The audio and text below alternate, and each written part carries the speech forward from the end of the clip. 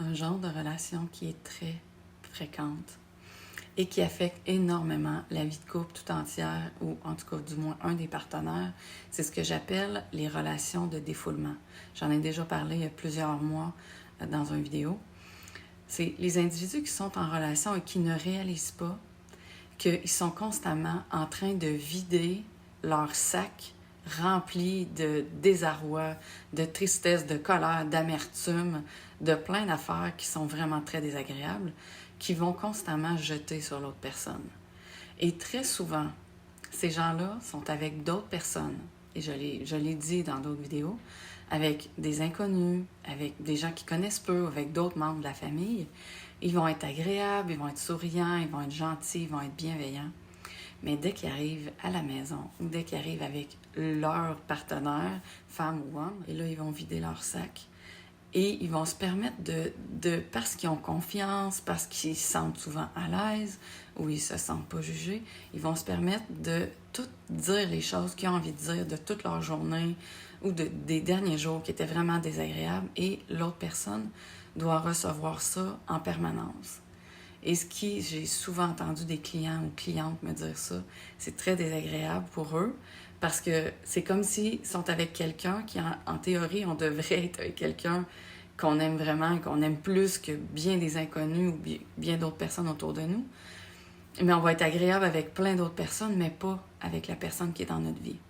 Parce qu'avec cette personne-là, on s'en permet plus, mais on s'en permet plus du côté souvent négatif.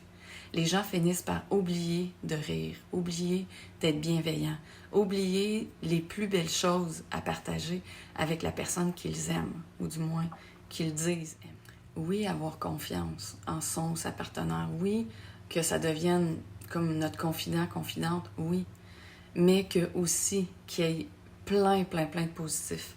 Parce que sinon, au fil du temps, c'est très drainant et c'est très lourd à vivre. Et surtout quand on voit, ou votre partenaire voit que avec toutes les autres personnes, vous êtes rayonnant, rayonnante, vous avez plein de blagues, de l'humour, c'est léger. Vous arrivez à la maison avec la personne que vous aimez, c'est ra ra ra ra ra, toujours du chiolage, puis même vous traitez l'autre personne mal, vous lui parlez mal. C'est très désagréable et ce n'est pas de l'amour, c'est du défoulement que vous faites sur une personne que vous savez que cette personne-là, par amour pour vous ou par retenue, va rien vous dire, va endurer et va prendre ça sur lui ou sur elle. Jusqu'à un moment même qui peut s'en rendre malade. Parce que c'est vraiment désagréable de vivre ce genre de situation-là. Donc, ce que je vous invite à faire, c'est à vous observer quotidiennement et à voir, est-ce que je suis constamment en train de chialer? Ça arrive à tout le monde de chialer, évidemment. Ça peut arriver des fois d'être fatigué, stressé, puis que la journée se déroule pas comme on veut, puis où on échappe quelque chose, puis on lâche des gros mots, puis on est comme moins de bonne humeur, on a comme envie de grogner. Mais de pas rester là-dedans quotidiennement et de pas être là-dedans toute la journée, puis de pas faire perdurer ça et se venger sur la personne qu'on aime. Être capable de s'observer, de mettre un frein à ça, de dire « Wow, j'aimerais pas ça, moi, vivre ça. J'aimerais pas ça que l'autre personne me fasse vivre ça. Donc, je ne lui ferai pas vivre ça. » Et là, j'entends déjà les gens dire « Oui, mais c'est la seule personne, des fois, avec qui on peut être vraiment nous-mêmes. » Est-ce que c'est vraiment être soi-même? De se vider sur l'autre personne? Est-ce que nous, on ne devrait pas plutôt garder ça pour nous, voir est-ce que c'est vraiment le meilleur de moi-même que je suis en train de partager? Est-ce que j'ai vraiment besoin de partager ça? Si oui, est-ce que c'est la bonne façon? Est-ce que c'est le bon ton? Est-ce que c'est les bons mots? Est-ce que je peux pas slacker d'un tour, parler plus doucement pour que l'autre personne reçoive ça d'une façon plus agréable? C'est vraiment important d'apprendre à faire ça.